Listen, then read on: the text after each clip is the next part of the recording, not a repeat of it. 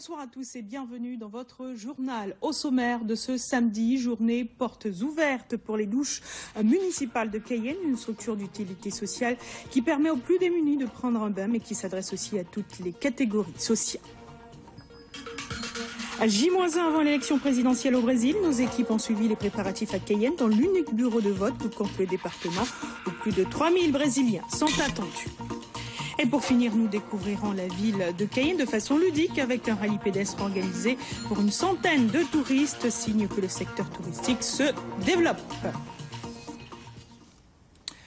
C'est un espace ouvert à tous où il est possible de se faire une propreté, pour certains retrouver un peu de dignité. Je veux parler des douches municipales de Cayenne. Elles sont opérationnelles depuis novembre dernier. Aujourd'hui, une journée portes ouvertes était organisée pour mieux faire connaître cette structure. Vanessa Porphyre et Abel Parnasse. Un petit air de fête avec des chapiteaux règne aux douches municipales. Mais la fine équipe des bains-douches est toujours opérationnelle. Un sourire, un accueil presque personnalisé. Les clients reviennent régulièrement, à l'image de Daniel, qui n'est pas le seul à apprécier cette structure. Je suis heureux quand je viens ici parce que je peux retrouver certaines choses qu'on a normalement chez soi. De l'eau par exemple. Je peux venir me doucher et ressortir tout propre. En plus, tu peux avoir un repas. Quand tu as fini ta douche, c'est merveilleux. 3 cabines de douche pour les femmes, 3 cabines supplémentaires pour les hommes. Un espace famille composé d'une table allongée. Il vous en coûtera 2 €, savon et serviettes fournis. Mais cet établissement ne se cantonne pas qu'aux douches. Effectivement, à la base, au début, c'était les douches. C'est ce qui était prévu. Mais on s'est rendu compte qu'avec le temps, lorsque nous avons, par exemple, ce public particulier qui est les SDF, lorsqu'ils venaient se laver, ils avaient des tenues, je dirais, pas très propres. Du coup, c'était l'occasion pour nous de permettre de les habiller. Nous avons des administrés de la ville de Cayenne qui nous ramènent des vêtements, des chaussures. Et lorsque ces gens-là, justement, ils viennent se laver, nous leur permettons d'avoir de nouveaux habits pour repartir. Rappelons que les douches municipales ne sont pas réservées qu'aux sans domicile fixe. D'autres publics fréquentent également cet établissement. Au chapitre santé, il était question aujourd'hui de l'hypertension artérielle, un mal qui touche de plus en plus les Guyanais. Tous les premiers samedis du mois, le Lions Club organise une journée de sensibilisation et de contrôle avec des élèves infirmiers. Des stands étaient installés à Kourou ou encore Émir Montjoly où se sont rendus Laurent Siopo et Martial Grit. À dire la tension de madame est à 17,8. D'accord, on va arrondir, un petit peu élevé. C'est bien au-dessus de 14,9, le seuil de l'hypertension artérielle. Comme cette dame, 11 patients sur la centaine de personnes venues sur ce stand ce matin avaient une tension beaucoup trop élevée. Ces élèves infirmières leur conseilleront de consulter leur médecin car les conséquences peuvent être très graves. Vous risquez d'avoir des maladies cardiovasculaires. Donc, que ce soit un infarctus du myocarde, une angine de poitrine. Vous risquez aussi au niveau de vos reins d'avoir un risque au niveau de l'insuffisance rénale. Les artères en fait peuvent se retrouver bouchées entre guillemets, puisque il y a un lien avec le cholestérol aussi. Surveiller régulièrement sa tension permet de mieux prévenir ces risques. Pour Hélène, cela passe aussi par une bonne hygiène de vie. Dans mon alimentation, dans mon activité, j'essaie de faire un petit peu d'activité physique. Et puis voilà. Une méthode validée par ces élèves infirmières. Leur conseil, favoriser le sport et limiter l'alcool, le sel et le stress. Un mot de justice avec les suites dans l'affaire du trafic de cocaïne entre le Suriname et la France via la Guyane. Une hôtesse d'enregistrement à des bagages à l'aéroport Félix Éboué et un commerçant de Cayenne ont été mis en examen et placés en détention provisoire hier à Paris. L'avocat de la jeune femme a d'ores et déjà fait appel de la décision. J'ajoute que 2 autres suspects, des bagagistes guyanais, sont arrivés aujourd'hui en région parisienne pour être entendus par le parquet de Créteil.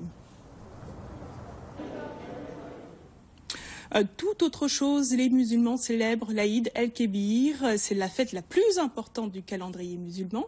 Les croyants de l'islam célèbrent l'histoire d'Abraham qui était prêt à sacrifier un de ses enfants en signe de soumission divine.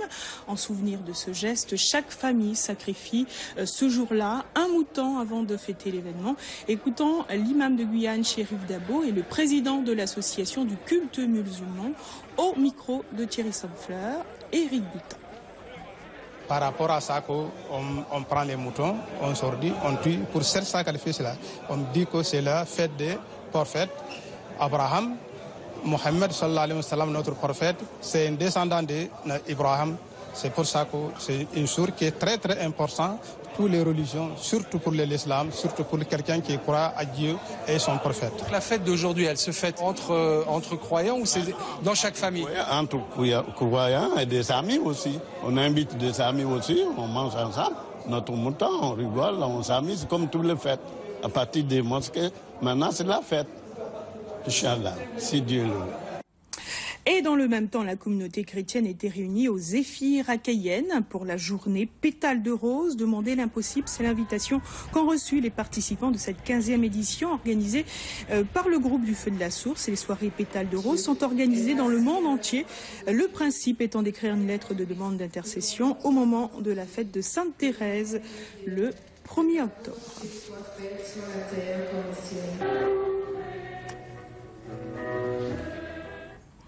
À l'actualité, nous pousse maintenant vers Haïti. L'ancien président Jean-Claude Duvalier est décédé ce matin d'une crise cardiaque à Port-au-Prince.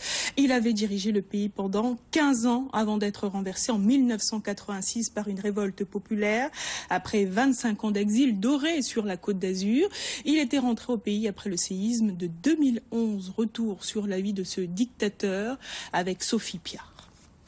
Il faut dire que Jean-Claude Duvalier est devenu à 19 ans le plus jeune chef d'État au monde, reste très controversé. Il incarne les longues années de dictature traversées par le pays le plus pauvre du continent américain. En 1971, au lendemain de la mort de son père, le dictateur François Duvalier, dit Papa Doc, Jean-Claude Duvalier est prêt de serment. Il va régner sans partage pendant 15 ans sur la première République noire des Amériques. Surnommé Baby Doc, il met fin aux disparitions et exécutions sommaires, mais sur le fond, rien ne change. La milice des Tontons Macoutes continue de surveiller la population. Quant au peuple, il ne sera jamais consulté démocratiquement. Après son mariage en 1980 avec Michel Bennett, une riche protestante issue de la bourgeoisie mulâtre, haïe par les duvalieristes noirs, catholiques et pauvres, Baby Doc freine la libéralisation timidement amorcée.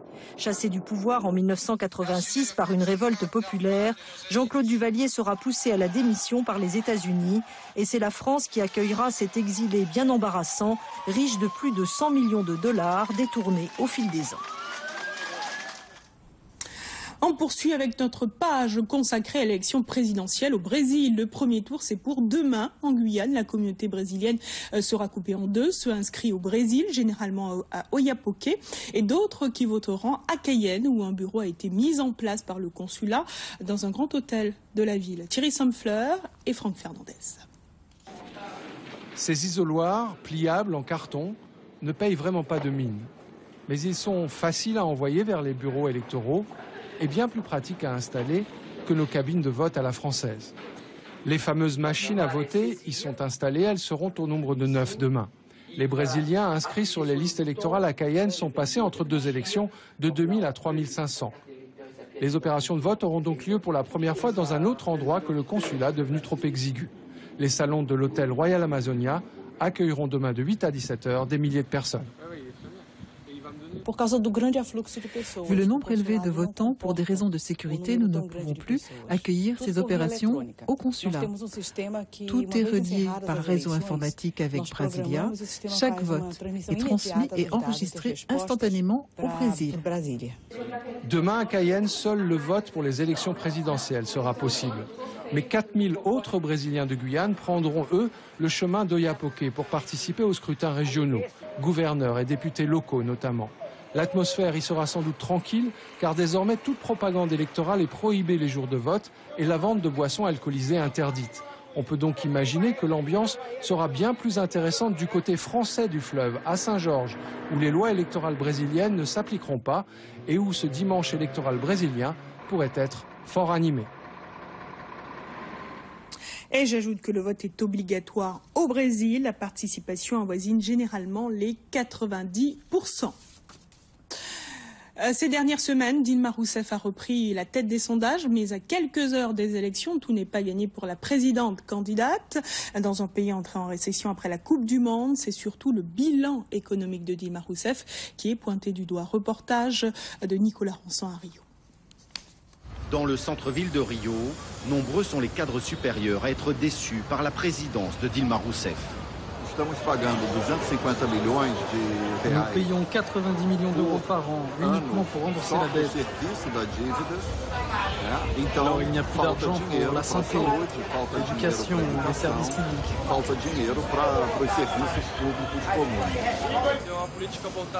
C'est une politique destinée seulement aux classes pauvres du pays. Elle bénéficie de toute une série d'aides dans le seul but de garantir des voix. La classe moyenne, elle, est délaissée. L'ensemble de ces affaires de corruption a déçu tout le monde. Moi, j'aimerais avoir un gouvernement qui soit tout simplement fiable. Pour Margarida Gutiérrez, spécialiste des dépenses publiques, Dilma Rousseff a touché de trop près à l'économie du pays. Lula a fait un bon mandat, car il a compris que s'il ne maintenait pas des principes de base pour conduire une politique économique, il ne pourrait pas gouverner. Mais Dilma a remis en cause ces principes qu'elle pensait mauvais. Elle a essayé de les changer, sans succès. Ces élections nous diront si la majorité des Brésiliens est toujours convaincue par la politique du gouvernement en place. Très critiquée sur le front économique par ses principaux opposants, Dilma Rousseff a cependant fait de son bilan social l'un des atouts principaux de sa campagne. Si la présidente sortante est réélue, le Parti des travailleurs, le PT, emportera sa 4e élection présidentielle consécutive, confirmant ainsi sa domination sur la vie politique brésilienne. Retour en Guyane, on va parler de tourisme avec cette idée originale d'une agence de voyage. Ce matin, elle organisait un rallye pédestre entre la place des Palmistes et le marché de Cayenne. Au programme, des découvertes culinaires, mais aussi musicales. Les participantes des infirmières venues en séminaire ont pu concilier travail et détente. Laurence Siopo et Martial Grit.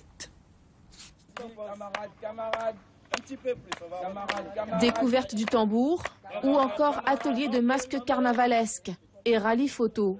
Sur la place des Palmistes, en plein cœur de Cayenne, ces infirmières touristes ont testé sans le savoir un produit touristique inédit en Guyane. Le fait de musarder ce matin avec les jeux, ça m'a permis de capter un petit peu l'ambiance ici à Cayenne.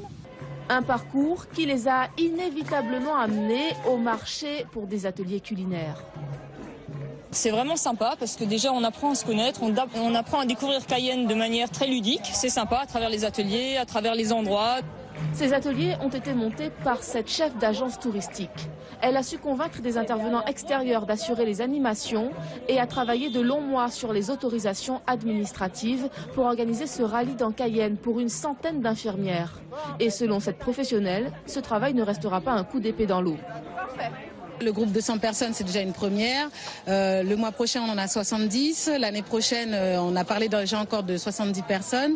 Des gros groupes comme ça, il n'y en avait pas beaucoup, quoi. Donc là, ça commence à s'amplifier. Mais après, c'est un long travail qui a été mené avec le CTG, avec les acteurs du tourisme, etc. C'est pas facile parce qu'on n'a pas forcément toutes les infrastructures qu'il faut ici, mais ça se crée, ça se développe. Ce rallye dans Cayenne, une prestation chiffrée à 65 € par personne. Mais ces infirmières ont demandé l'organisation complète de leur séjour, de leur séminaire aux excursions. Une semaine qui leur coûte 2500 à 3000 €. Elles pourront défiscaliser une large partie de ce tarif car c'est un déplacement professionnel, mais ce n'est pas possible pour tous les touristes. On ne peut pas le développer, nous, en tant que professionnels, à tous nos groupes et on ne peut pas faire de la Guyane demain une destination à gros volume. Ça reste vraiment séminaire sur des budgets assez importants, malgré tout, pour mettre tout en œuvre, pour avoir de la qualité. La Guyane reste une destination onéreuse, mais petit à petit, elle semble conquérir son marché. L'agence de voyage qui a organisé ce rallye touristique a vu son chiffre d'affaires augmenter de 20% depuis un an. Du sport maintenant, c'est l'événement du week-end, les maîtres de la pagaie, une course de pirogue qui rassemble cette année 28 équipages sur le lac Bois-Chauda de Kourou. Les premières épreuves ont débuté ce matin, sans plus tarder. Nous rejoignons sur place José Blaisès. Bonsoir José. Est-ce qu'il y a eu du beau spectacle pour cette première journée de compétition? Bonsoir Lélia. José.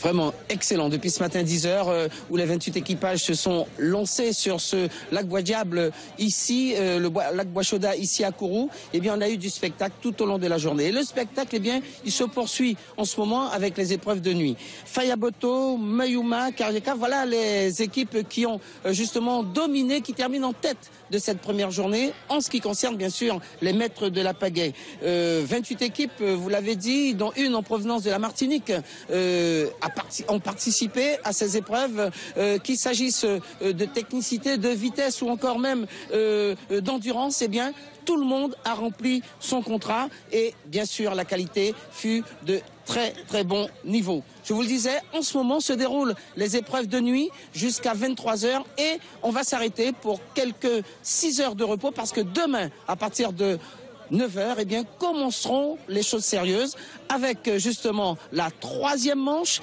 qualificative pour la finale. 3e manche, bien sûr, plus la finale que vous allez pouvoir suivre en direct, en vous rappelant que Fayaboto, Mayuma et Kariakou sont donc en tête pour le moment, alors qu'il y a le public qui est là, justement, pour cette ambiance. Voilà, Lélia, ce que l'on peut retenir de cette première journée. On se retrouve donc demain à 9h. Merci José pour toutes ces précisions. À demain donc. On reste sur l'eau. Pour la première fois, un village nautique était installé par l'Office du tourisme de Saint-Laurent dans le cadre de l'arrivée de la régate reliant Trinidad à Saint-Laurent. Objectif, valoriser les activités nautiques et le plan d'eau en vue d'un projet d'aménagement touristique. Marc-Philippe Koumba et Yves Robin. L'activité vedette de ce premier village nautique est l'apprentissage de la nage en milieu naturel. En l'espace d'une journée, plus d'une centaine de personnes, petits et grands, se sont jetés à l'eau. Des tests sont proposés aux enfants ou encore les sensations de glisse avec le petit toboggan. Développé depuis 3 ans en Guyane par le Megaquarius Club, le retour du public est aujourd'hui très satisfaisant. La nage en milieu naturel, une discipline qui va bien plus loin que le simple plaisir de nager comme un petit poisson dans l'eau. En ce qui me concerne, il faut continuer le travail. À travers de la natation, enfin moi je ne vois pas uniquement la natation, je vois aussi la préservation de nos côtes, c'est-à-dire on a dû ramasser pas mal de déchets et bon ben on est aussi dans le cadre du développement durable. À travers ce village nautique, l'objectif de l'Office de tourisme est la valorisation des activités aquatiques, une stratégie pour mettre en lumière les possibilités qu'offre ce plan d'eau. Le public qui s'est déplacé avait donc le choix, découvrir ou redécouvrir le flyboard, une discipline plutôt physique. La balade en ski nautique a été très demandée. Ce sont les membres de l'association de Saint-Laurent qui ont animé ce stand. La découverte du jour, c'est cette activité, une bouée en forme de fauteuil tractée par un scooter des mers à grande vitesse. Et de l'avis d'un connaisseur, les sensations ne sont pas du tout ordinaires. Unique, un grand panel. Les plus jeunes, on va aller faire un peu plus doucement, plusieurs balades. Et par contre, des personnes qui ont déjà un peu plus d'expérience, qui sont un peu plus âgées, qui sont un peu plus fortes, on va aller un peu plus vite et c'est vraiment des sensations de glisse uniques. Et comme tout village qui se respecte en Guyane, l'artisanat local et l'art culinaire étaient également de la partie. La fête du sport nautique à Saint-Laurent-du-Maroni s'est achevée avec la tombée de la nuit. Eux s'apprêtent à faire le tour du littoral en pédalant. Des élèves de CM2 de l'école élémentaire de Rochambeau à Matoury vont faire des étapes à vélo dans les communes de l'Ouest. Un projet pédagogique préparé depuis plus d'1 an avec leurs enseignants. À José Blaisès et Appel Parnasse ont suivi les préparations avant le grand départ prévu lundi. Reportage. C'est l'aboutissement d'une préparation qui a duré 1 an et demi. Les 25 élèves de CM2 du collège élémentaire de Rochambeau s'apprêtent à effectuer la répétition générale d'une aventure intitulée à la découverte de l'Ouest guyanais à vélo. Le départ est prévu le 6 octobre prochain de Matoury sous la conduite de leur capitaine de groupe. Je dois me lever, je dois dire qu'il y a des obstacles, je dois dire, par exemple, pour les montagnes, les montées. S'il y a ceux qui sont fatigués, il faudra que je m'arrête un petit peu pour qu'ils se remettent de l'énergie. et c'est tout. Tous les moyens ont été déployés pour cette sortie préparatoire. 7 véhicules équipés de radio, de panneaux attention cyclistes, de gyrophares et 13 accompagnateurs dont 2 agents communaux. Le peloton divisé en 2 groupes est encadré par les polices municipales de Matoury et Remire-Montjoly. L'itinéraire emprunté part de Matoury direction Remire-Montjoly, 17 km aller-retour avec un arrêt de 2 heures au Fort Diamant pour déjeuner. Le vélo utilisé est un VTT, un vélo tout-terrain. Ce sont tous des vélos VTT, pour certains équipés avec des pneus mixtes, c'est-à-dire route et VTT. Et en fait, ce sont des vélos qui nous ont été alloués par le rectorat pour partie, et certains élèves avaient déjà leur vélo. Voilà. Donc, des vélos adaptés à ce type d'activité. La traversée de la Maturienne fut un moment exceptionnel pour ces cyclistes très appliqués et respectueux du code de la route qu'ils ont appris pendant ces mois de préparation à l'école. Au préalable, les élèves ont passé le permis piéton, ensuite ils ont passé la paire, le code de la route a été vu de fond en comble, on dira. La sécurité a été au maximum de sa possibilité. Toutes les intersections étaient protégées de manière à fluidifier la circulation, sans problème pour les usagers et ces cyclistes particuliers. Nous assurons l'encadrement des écoliers dans le cadre d'une sortie pédagogique. Voilà, c'est très important, donc il faut le faire. Tout se passe bien. Tout se passe bien. Le peloton s'est arrêté au giratoire Adélaïde Tablon à Remire-Montjoly pour un ravitaillement bien mérité. Le rectorat, l'école, la mairie, les collectivités et les parents d'élèves soutiennent le projet. Le grand départ est prévu lundi prochain vers Saint-Laurent-du-Maroni pour la découverte de l'Ouest à vélo. Désormais, il faudra l'appeler les 3 fleuves en hommage au poète guyanais Léon Gontran-Damas. L'Ancre est devenu un établissement public de coopération culturelle. Objectif, regrouper tous les services culturels de la région. Il devrait aussi accueillir du théâtre ou encore de la musique. La nouvelle structure a été présentée cette semaine. Reportage de Thierry Merlin et Kessie Wishop. Il va falloir désormais dire les 3 fleuves.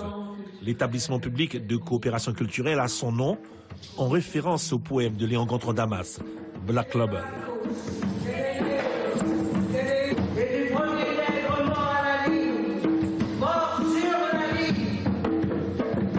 Quel hommage bien trouvé, parce que je pense que cela permettra de rassembler, de multiplier les efforts, créer la synergie nécessaire, et avoir Damas comme figure de proue, ça ne peut que me ravir.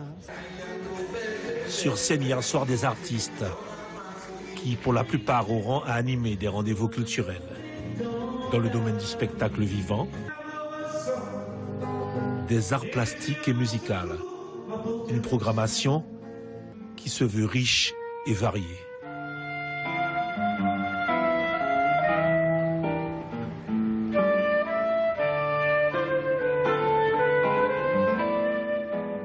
Cette programmation d'une saison, je la définirais, comme j'aime à le dire, sur 2 tempos.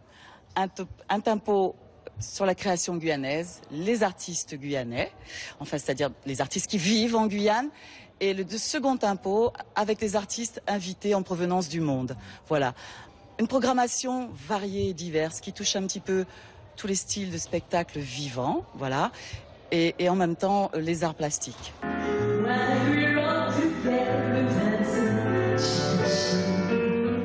Il est temps que les Guyanais s'approprient cet outil qui est formidable, qui est exceptionnel, qui est vraiment de qualité, parce que nous avons des artistes dans ce pays, des artistes qui ont beaucoup de choses à dire, qui ont beaucoup de choses à montrer, et il faut que le public vienne nombreux voir et soutenir les artistes. Et pour lancer la saison des 3 fleuves, une pièce de théâtre de Jean-Claude Grunberg, Le Petit Violon. Et ce soir sur la scène des 3 fleuves, le spectacle La légende d'Aubany de Rémi Aubert.